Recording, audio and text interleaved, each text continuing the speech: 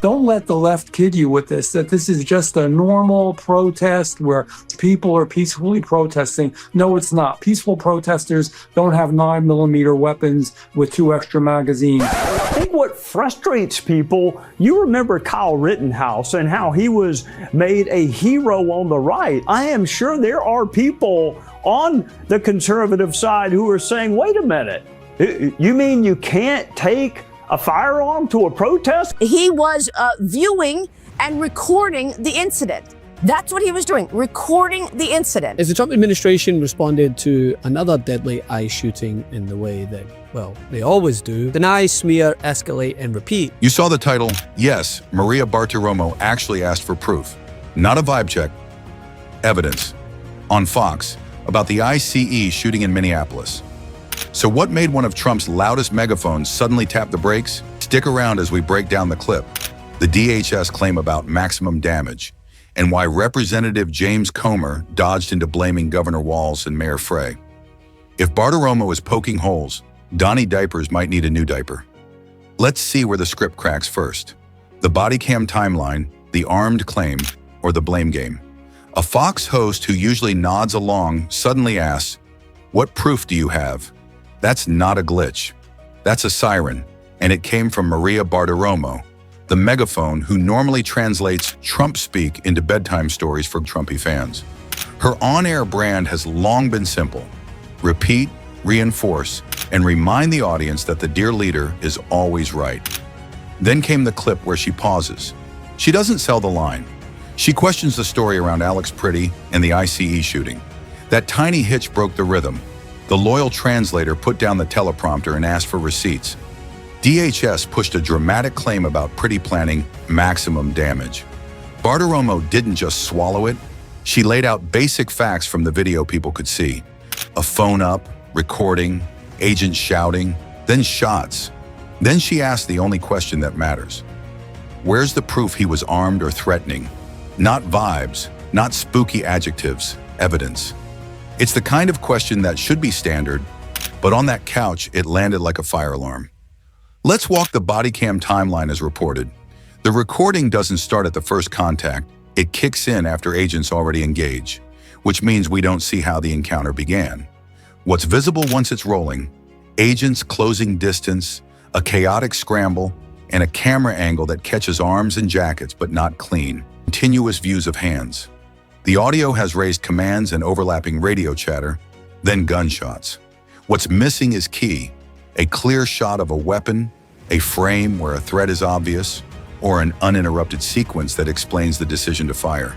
The gaps aren't small. They decide whether this was a justified use of force or a panic spiral. And no, the answer is not hidden in a press release. Here's why that matters. Research on law enforcement communications shows early official statements often get loud coverage before any full review happens. Initial press releases shape what audiences think, even when later investigations find big errors. Studies have tracked how first-day claims can lean toward justifying force, while later evidence sometimes undercuts those claims. That's not a conspiracy. It's a media cycle with a head start for the people with the podium. Now, Bartiromo has usually backed that podium. The montage, her nodding along with administration lines, teeing up talking points, smoothing rough edges for the orange turd like a TV press secretary. Then cut to this moment. She halts, asks for proof, and puts the brakes on the narrative. That pivot is rare on air because of source capture bias, where dominant sources frame early coverage. When a front row host resists that frame, it jars the audience. People start asking their own questions, which is the last thing Donnie Diapers wants during a damage control tour. And here's where it gets spicy. She asks for receipts, and Representative James Comer doesn't deliver them. He shifts to blaming local leaders and hyping the protest climate. That's not an answer, that's a dodge. It tells you the evidence bucket is light, so the conversation gets dragged into culture war fog. Classic move. If you can't prove your claim, change the subject to someone you know your base already hates. You could feel the balance wobble. The friendly set turned into a pop quiz, and the guest didn't study.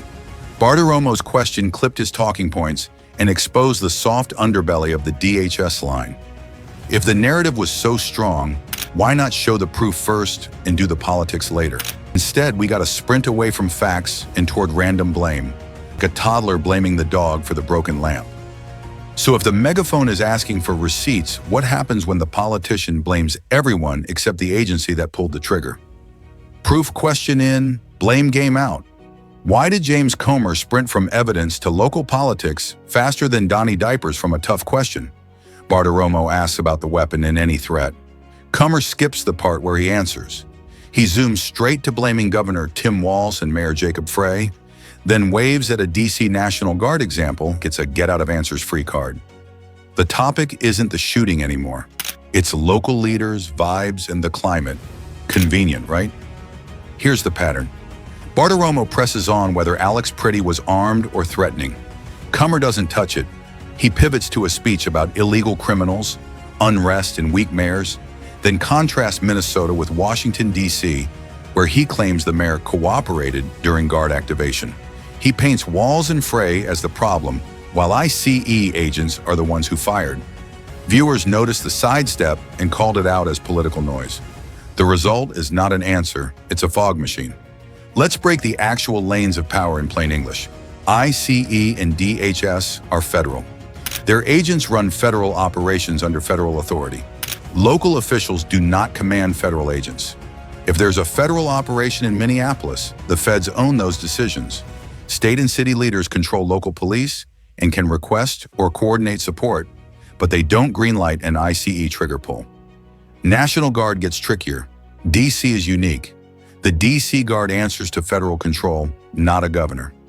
In Minnesota, the governor activates the Guard under state authority with specific triggers like emergencies or requests for support. Different playbooks, different bosses. So why the pivot? Experts talk about scapegoating and deflection when politicians want to dodge incident facts. If the debate is about the exact actions of federal agents, someone has to answer for use of force and evidence. If the debate shifts to blue city chaos, the details vanish under buzzwords. It's a classic move. Swap the who and the what with a story about the where and the why are they like this. It stirs the base, but it doesn't answer the question, what proof do you have? Now, Comer's DC comparison needs a reality check. DC Guard is federally controlled. Minnesota Guard activation goes through the governor with different legal triggers and timelines.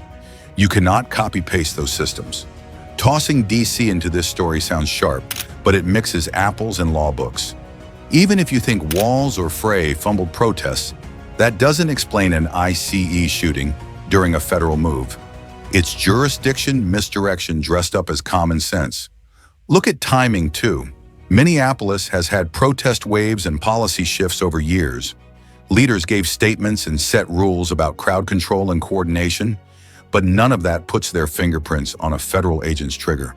Public remarks from Walz or Frey about federal operations don't erase the simple point that ICE ran ICE's operation. The path from city politics to federal use of force is not a straight line. It's a detour.